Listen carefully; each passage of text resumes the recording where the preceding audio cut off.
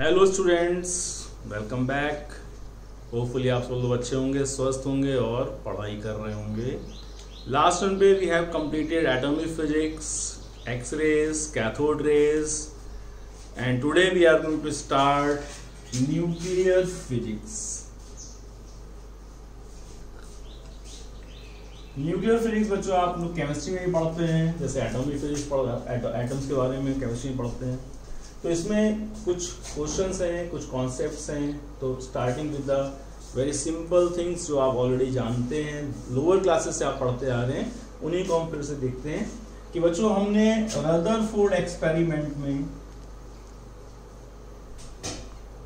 ये देखा था कि इस एक्सपेरिमेंट से ये कंक्लूजन निकला था कि सेंटर पे एक पॉजिटिव चार्ज कंसंट्रेशन है, बिकॉज अल्फा पार्टिकल्स इधर उधर डिफ्लेक्ट होकर चले जा रहे थे, अवॉइड कर रहे थे। क्यों अवॉइड कर रहे थे? क्योंकि अल्फा पार्टिकल खुद पॉजिटिव है और पॉजिटिव से रिपेल हो रहा है। पर जो ये स्ट्रेट लाइन में चल रहे हैं, ये बिल्कुल ही एक डिस्टेंस के बाद रुक जा रहे थे। इसका मतलब हुआ कि पॉजिटिव चार्ज कंसंट्रेशन पूरे में नहीं फैला हुआ, एक सेंटर पे कंसंट्रेटेड है। तो इस पॉइंट को जो सेंटर पे कंसंट्रेटेड पॉजिटिव पार्ट है, इसको कहने लगे न्यूक्लियस। ठीक है, इस न्यूक्लियस के बारे में फिर आगे स्टडीज हुई।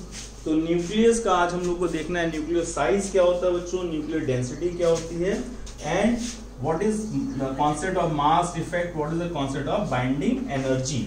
ठीक है, तो स्टार्टिंग विद सिंपल रिप्रेजेंटेशन कि न्यूक्लियस को हम कैसे रिप्रेजेंट करते हैं और न्यूक्लियस के अंदर न्यूक्लियस के कंपोनेंट्स क्या होते हैं, यानी कंपोनेंट्स ऑफ न्यूक्लियस। ठीक है, इसको देखते हैं, कंपोनेंट्स ऑफ न्यूक्लियस। तो कंपोनेंट ऑफ न्यूक्लियस आप बच्चों देखते हैं, दिस इज योर एटम, चारों तरफ ये इलेक्ट्रॉन घूम रहे हैं। न्यूक्लियस के अंदर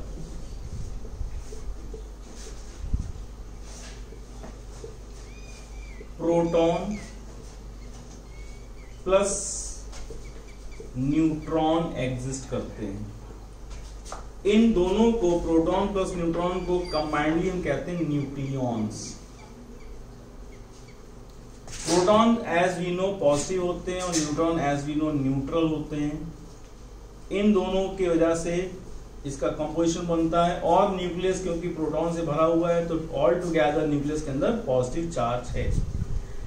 न्यूक्लियॉन्स की अगर बात करें, प्रोटॉन और न्यूट्रॉन दोनों की बात करें, तो यहां पर हम देखते हैं लेटर ऑन पार्ट में रेडियो एक्टिविटी में कि न्यूट्रॉन प्रोटॉन का आपस में इंटरचेंज भी होता है, तो उसकी थ्योरी भी डिटेल में बाद में जाएंगे। अभी हम सिंपल रिप्रेजेंटेशन देखते हैं कि नंबर ऑफ प्रोटॉन और नंबर ऑफ न्यूट्रॉन को कंबाइन कर दें, यानी न्यूक्लियॉन्स को हम रिप्रेजेंट करते हैं बच्चों ए से, और ए को कहते हैं mass number. Mass number is the sum of या टोटल नंबर ऑफ न्यूक्लियॉन्स, यानी कि प्रोटॉन्स प्लस न्यूट्रॉन्स का टोटल सम बच्चों कहलाता है मास नंबर। अब इसी एटम में देखें हम कि इलेक्ट्रॉन्स घूम रहे हैं, और अगर ये एटम न्यूट्रल है तो हमें मालूम है इलेक्ट्रोस्टैटिक में कि इलेक्ट्रॉन और प्रोटॉन के नंबर अगर बराबर होते हैं तो उस एटम को हम न्यूट्रल एटम बोलते हैं।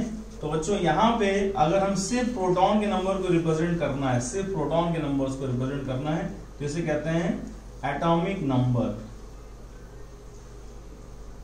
Z से इसको रिप्रेजेंट करते हैं। ठीक, तो अब हमारे पास क्या बात मालूम हमें कि in neutral atom number of protons are always equal to number of electrons. तो अगर न्यूट्रल एटम है तो Z को नंबर इलेक्ट्रॉन्स भी कह सकते हैं, लेकिन इसको बोलते हैं क्या, Z is number of protons यानी एटॉमिक नंबर, और ये आपका हमारा जो A है ये है मास नंबर। तो किसी भी एलिमेंट को बच्चों हम लोग कैसे रिप्रेजेंट करते हैं ये देखते हैं। तो बच्चों अभी हमने देखा A is mass number, number of protons plus number of neutrons या नंबर ऑफ न्यूक्लियॉन्स को कंबाइन करने तो that is mass number. Z is atomic number यानी नंबर ऑफ प्रोटॉन्स। और एक न्यूट्रल एटम की बात करें तो नंबर ऑफ प्रोटॉन्स और नंबर ऑफ न्यूट्रॉन्स क्या होते हैं बच्चों, इक्वल होते हैं। तो अब इसी को अगर हम लिखना चाहें तो ऐसे लिख सकते हैं कि अगर n बच्चों n is number of neutrons, केवल नंबर न्यूट्रॉन्स को केवल न्यूट्रॉन्स को n से दिखाएं, तो क्या बोलेंगे कि number of neutron plus number of proton equal to क्या बच्चों, a मास नंबर। तो इसको हम लिख सकते हैं, ऐसे भी लिख सकते हैं कि a is what, a is sum of number of neutrons plus number of protons।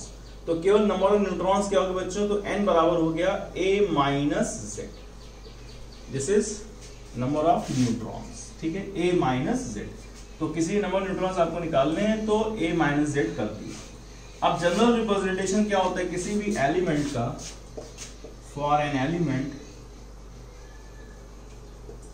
it is represented as, कोई एलिमेंट x है, फॉर एलिमेंट x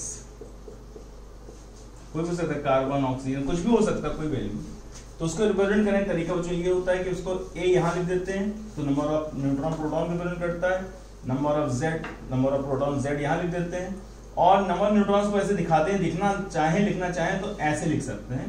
तो ये तीनों यहाँ रिप्रेजेंट हो जाते हैं, पर normally practically we simply represent a and z, कभी कभी z यहाँ भी लिखा होता है तो एक ही बात है।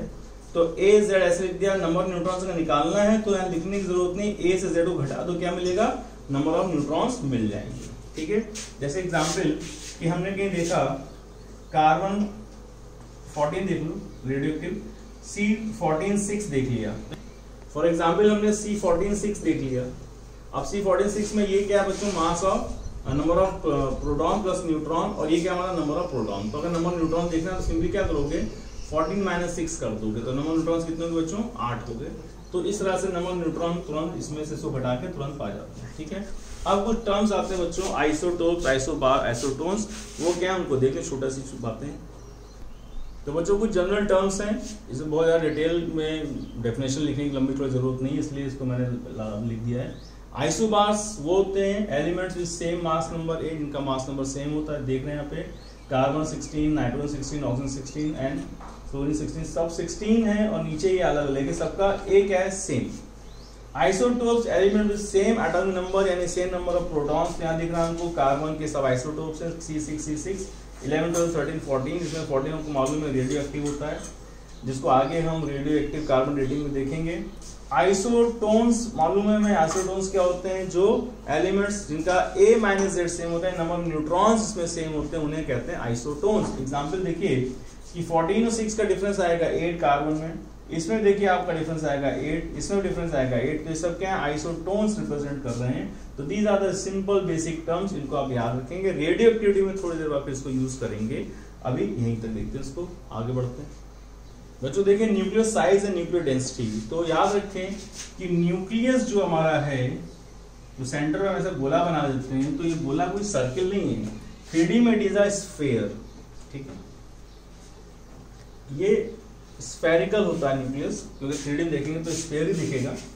और साइज देखा गया है कि जो वॉल्यूम ऑफ द न्यूक्लियस है बच्चों, वो इसके मास नंबर के डायरेक्टली प्रोपोर्शनल है, यानी कि bigger is the volume if more is the mass number, यानी जितना ज्यादा मास नंबर होगा वॉल्यूम उतना ही ज्यादा होगा।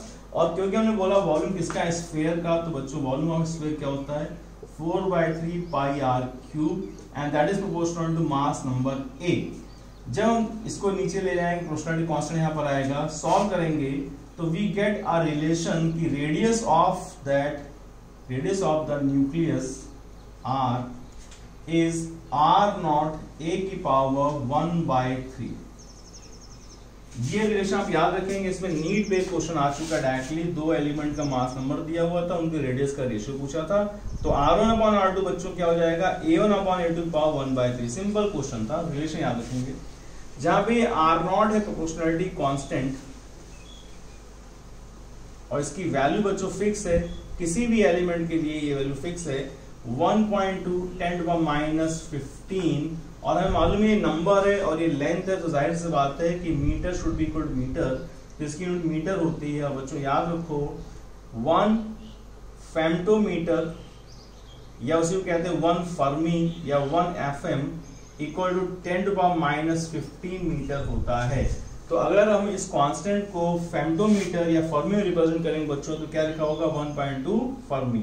तो दिस इज द कांस्टेंट। और ये हम याद रखें कि दो एलिमेंट्स के लिए अगर हम रेडियस का रेशियो लिखेंगे बच्चों तो आ जाएगा R1/R2 that is equal to A1/A2 की पावर 1/3। तो simply by knowing the mass number we can find the ratio of radii of two nuclei of two different elements. ठीक है, तो एक सिंपल रिलेशन ये आ गई। This is the nuclear size volume proportional to mass number and here we have this relation. Now nuclear density क्या होती है देखते हैं।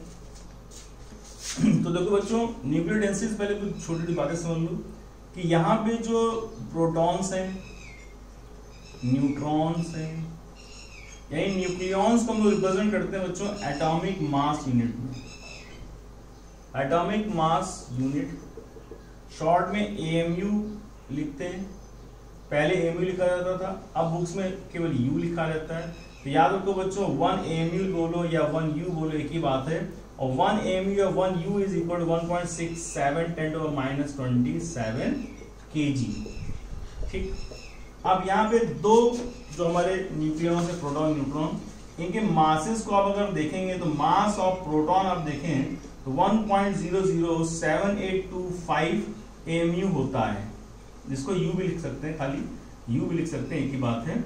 और मास ऑफ न्यूट्रॉन से थोड़ा सा ज्यादा होता है 1.008665 U होता है। ठीक है, ऐसे याद रखते हैं। दो लोग ये फिगर आप दे सकते हैं, क्या क्या नंबर 7825 और 8665। ठीक है, तो आप देख रहे हैं कि थर्ड डेसिमल प्लेस के बाद इनमें अंतर आता है, तो बहुत ही मामूली सा डिफरेंस होता है। तो बहुत ही मामूली से डिफरेंस को हमने हाईलाइट क्यों बोला, क्योंकि हमें इसको न्यूक्लियर डेंसिटी में यूज करना है। तो न्यूक्लियर डेंसिटी बच्चों क्या है कि डेंसिटी चाहे न्यूक्लियर हो चाहे कोई भी हो, density is always mass upon volume. तो अगर न्यूक्लियर डेंसिटी की बात करें, न्यूक्लियर डेंसिटी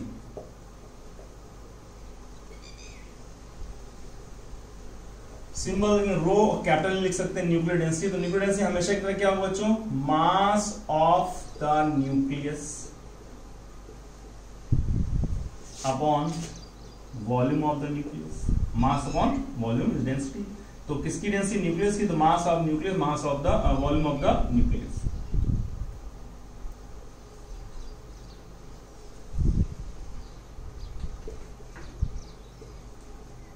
ठीक, स्पेलिंग देख लो यार, स्पेलिंग कंफ्यूजन मत करो।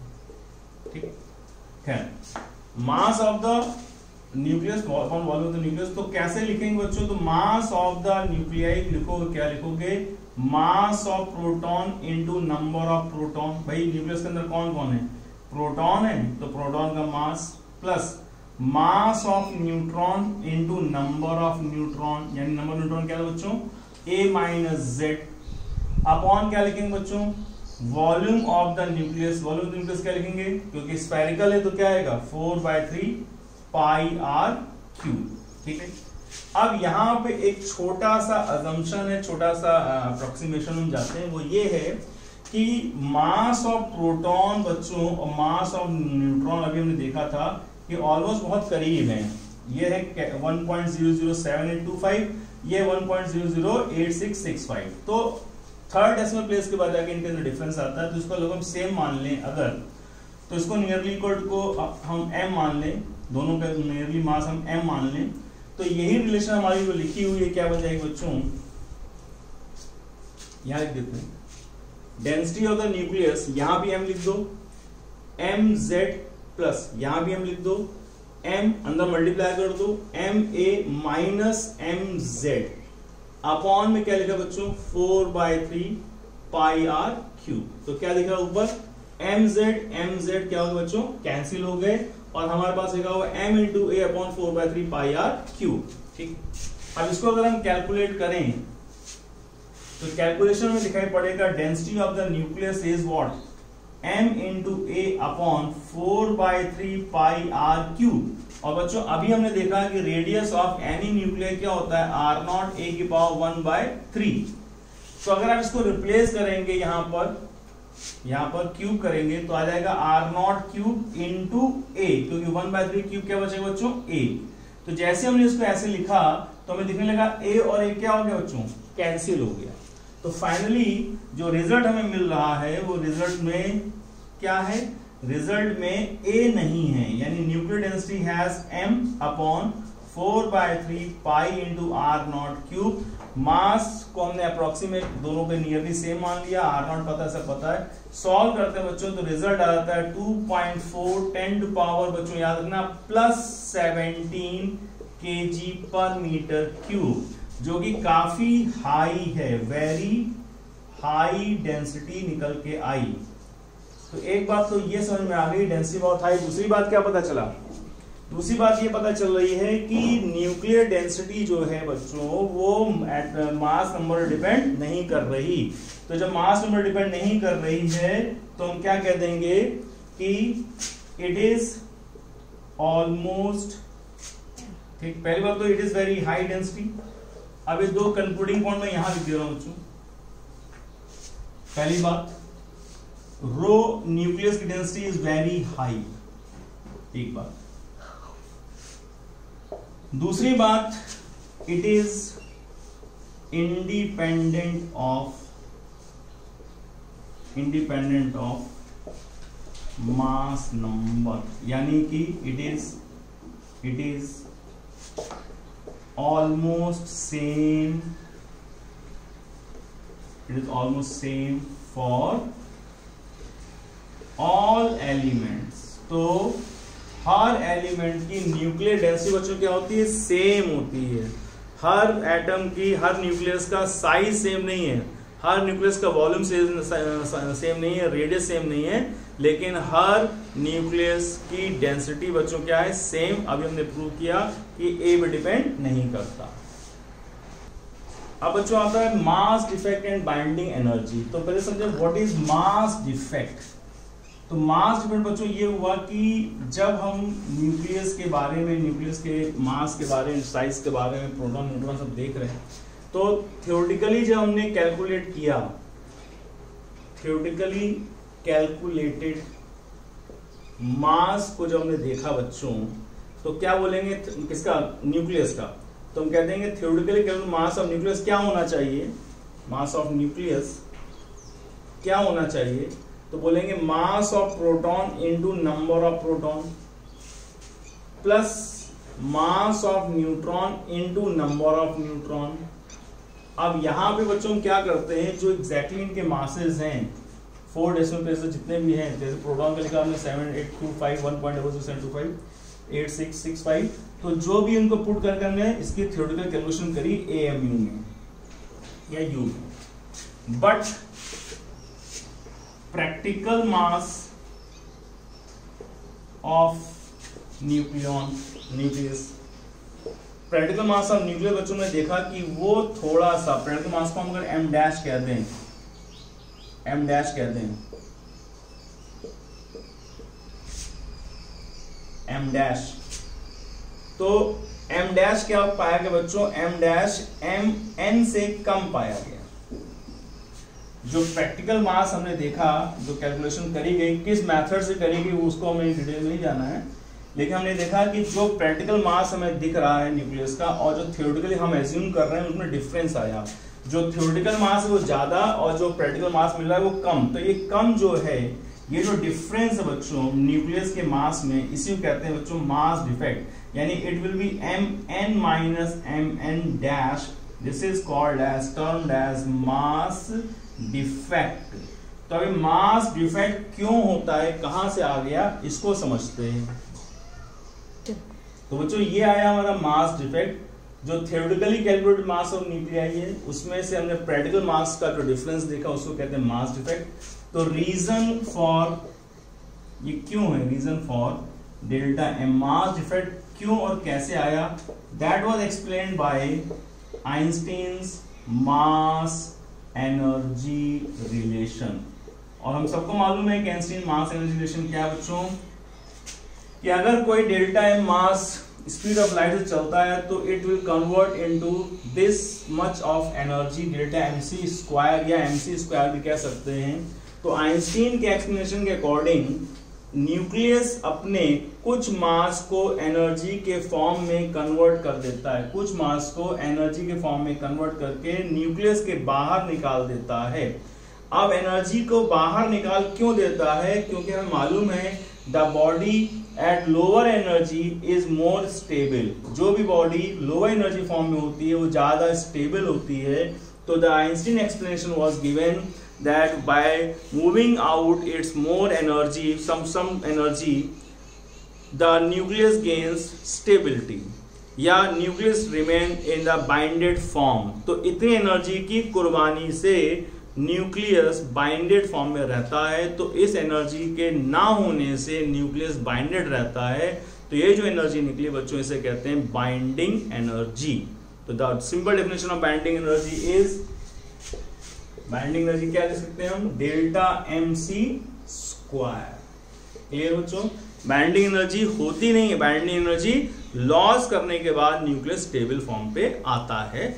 Moving to the next concept. ठीक बच्चों, तो बाइंडिंग एनर्जी कॉन्सेप्ट ये है कि इतनी एनर्जी लॉस करने के बाद न्यूक्लियस स्टेबल हो गया।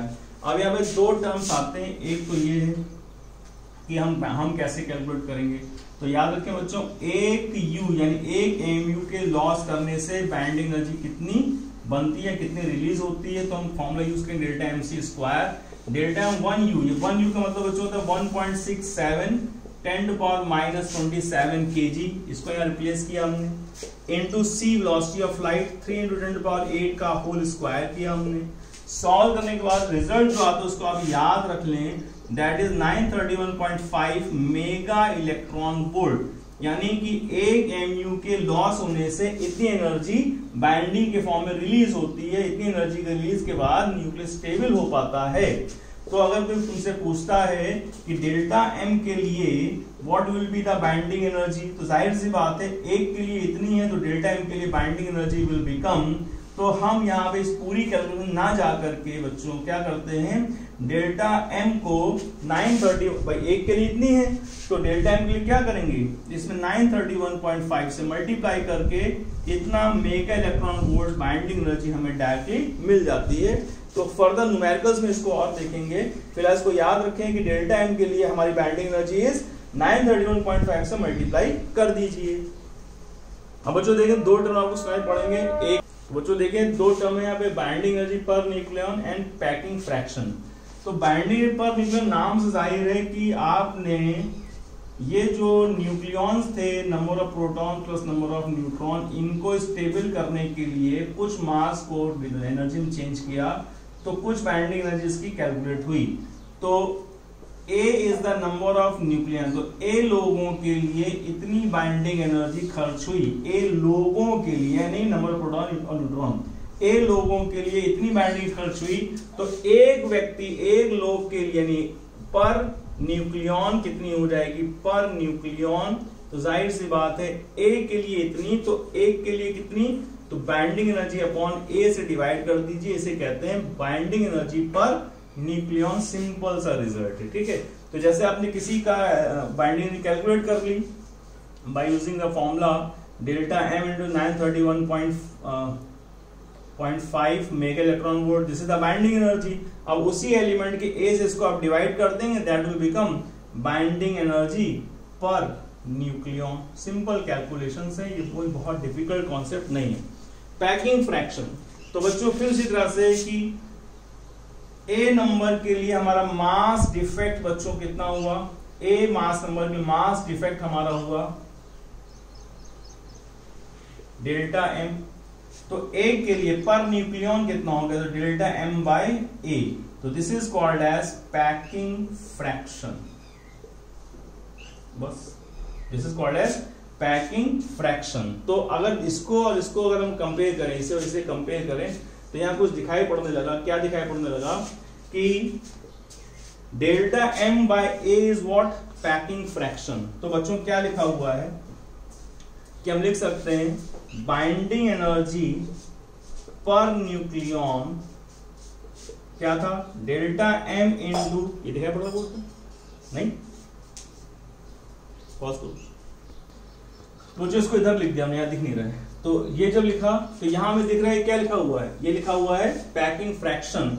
Binding per nucleon delta time 931 upon A. अब इतनी चीज को क्या बोले, पैकिंग फ्रैक्शन। तो हम क्या कर सकते हैं कि अगर हमने पैकिंग फ्रैक्शन में 931.5 मल्टीप्लाई कर दिया तो हमें क्या मिल जाएगी बच्चों, बाइंडिंग एनर्जी पर न्यूक्लियन मिल जाएगी। सिंपल है। यानी व्हाट इज द रिलेशन, तो binding energy per nucleon is equal to packing fraction into 931.5 mega electron volt. ये सिंपल सा कॉन्सेप्ट है। तो बच्चों तुमने देखा कि आज हमने सिर्फ बाइंडिंग एनर्जी मास डिफरेंस के बारे में बात की, न्यूक्लियर साइज न्यूक्लियर डेंसिटी के बारे में बात करी। इट वाज बेसिक और 12th स्टैंडर्ड की बातें थी, पर ये जानना भी जरूरी है। अब आता है आपका नेक्स्ट टॉपिक जो इंपॉर्टेंट है। देखो अभी हमने आज nuclear force, Yukawa principles, meson theory, ये सब के बारे में बात नहीं करी। नेक्स्ट वीडियो में बच्चों हम बात करेंगे न्यूक्लियर फोर्स का रीजन क्या है, फिर रेडियो एक्टिविटी क्या है और न्यूक्लियर ट्रांसफॉर्मेशंस क्या है। तो नेक्स्ट वाला वीडियो बच्चों बहुत इंपॉर्टेंट है कॉन्सेप्ट वाइज। और तीसरा वीडियो शायद इसके लिए डालना पड़ेगा, उसमें सिर्फ और सिर्फ इसके क्वेश्चंस होंगे, इन questions numericals of mass defect, radioactivity, transformation and all. ठीक है, तो दिस इज